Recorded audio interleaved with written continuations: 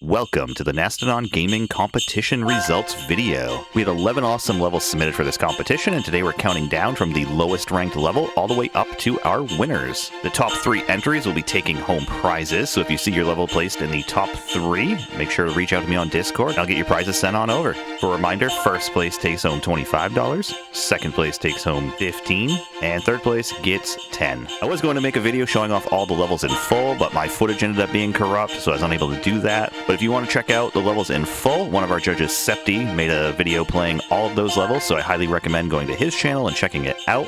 That and all links mentioned will be pinned in the top comment in this video, and if you want to see my reaction, I will also link to my VOD where I played all these live.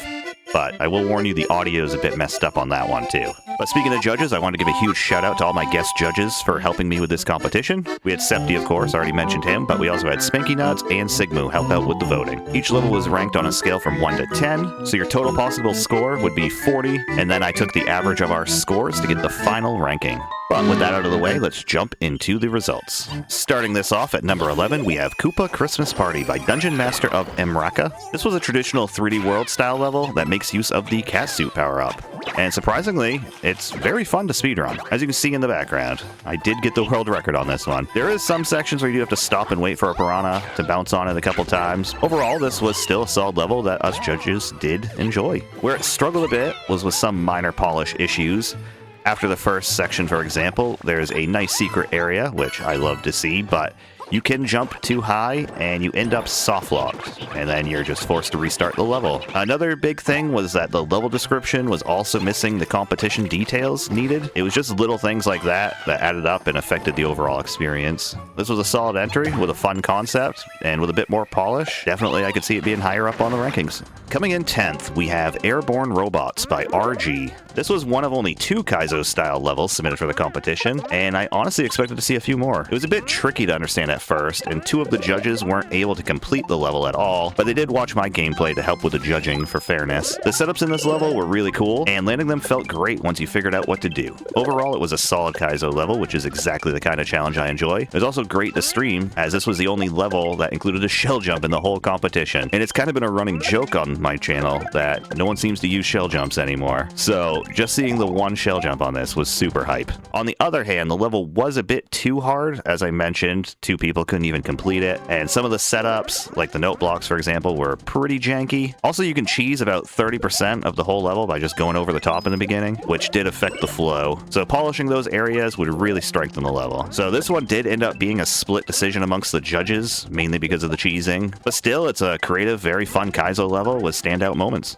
Moving on to 9th place, we have Watch Out for Norwegian Trolls by Sungold. This was one of 2 troll levels submitted for the competition, and it's a very impressive level. Honestly, maybe it was too well made. This was a level that top tier troll level players would enjoy, and I was honored to have it in the competition. But the setups were really clever. I did recognize a few of the trolls while playing. I ended up falling for them anyways. 2 of our judges who don't really play troll levels got completely destroyed by this one, by the way. And it took me an hour and 38 minutes to beat this one. Some parts did feel a little unfair rather than classic troll levels. We all were in agreement on this, that a good troll level should trick you once, and then you should be able to beat it the next attempt without falling for the same troll. And this level did have moments like that, but there were also times that felt more punishing than tricky. Like there was an early troll with a fire flower, and there was an included hint, but none of us got it at first. Even asking my chat what to do, everyone seemed stumped by the hints. And I'll put the hint on screen right now. And if you know what to do, you should go play this level. If not, you'll understand why some sections were tricky for judging. Another factor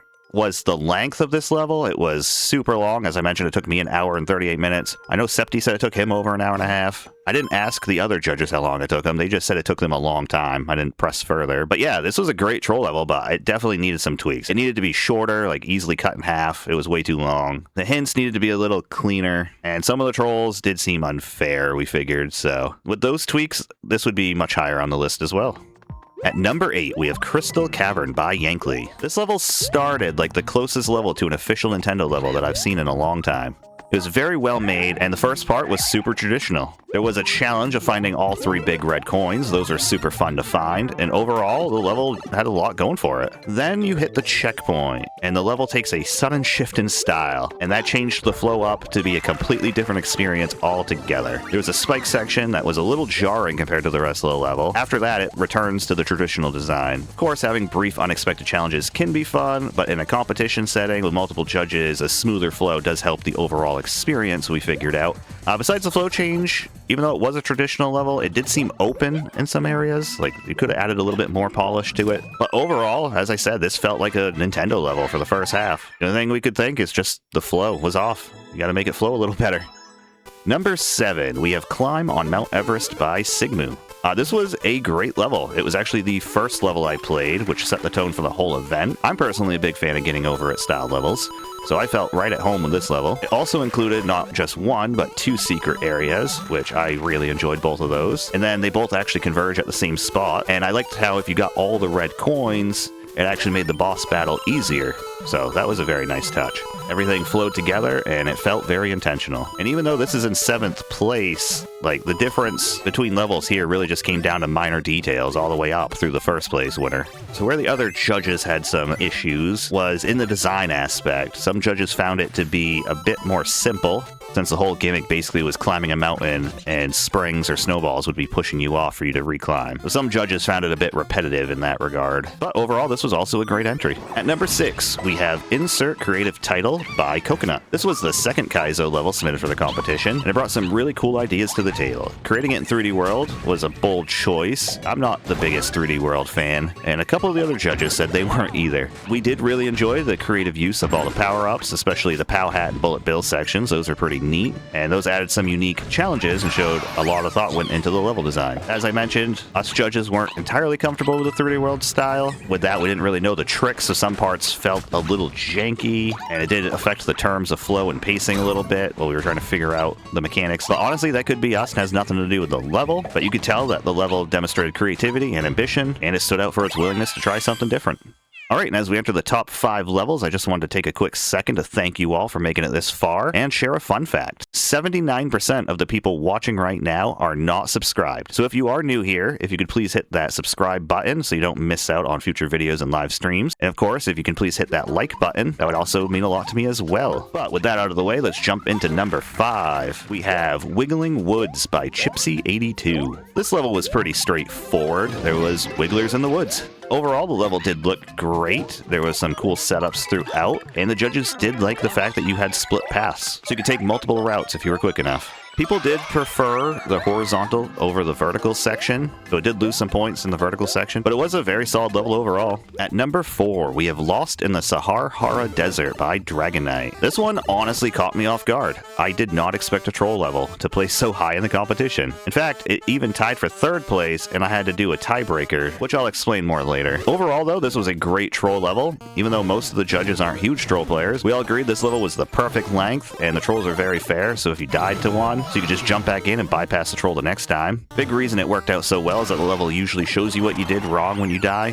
which 1, makes it feel more clever than frustrating, and 2, funnier in my opinion. 2 of the trolls in particular got a great reaction from the judges. The first one they pointed out was the launcher troll right at the start, and then the second one was actually the ending troll, which landed really well with all the judges. So overall, this was a great example of how to do a fair, well-paced troll level. And here we are at the top 3 levels. Things got really hard at these, and it came down to the smallest of details. At number 3, earning the Bronze Award, we have Wispfire Grotto by 06. This was a Link level inspired by Silk Song, and the level looked amazing, the platforming was all around terrific, everyone loved the spring bouncing mechanic used throughout the level, the red coins were very fun to hunt down, and getting the true ending felt like a good reward. The only complaint we did have was that there wasn't enough Master Sword pickups. Had there been a central pipe dispensing those, this level potentially could have been the winner, as everyone loved it. That was the only thing people had to say. They wished there was just more Master Swords. At number 2, we have Mad Mushroom Manor by Simon Says. This level was awesome. It's a really cool gimmick level built entirely around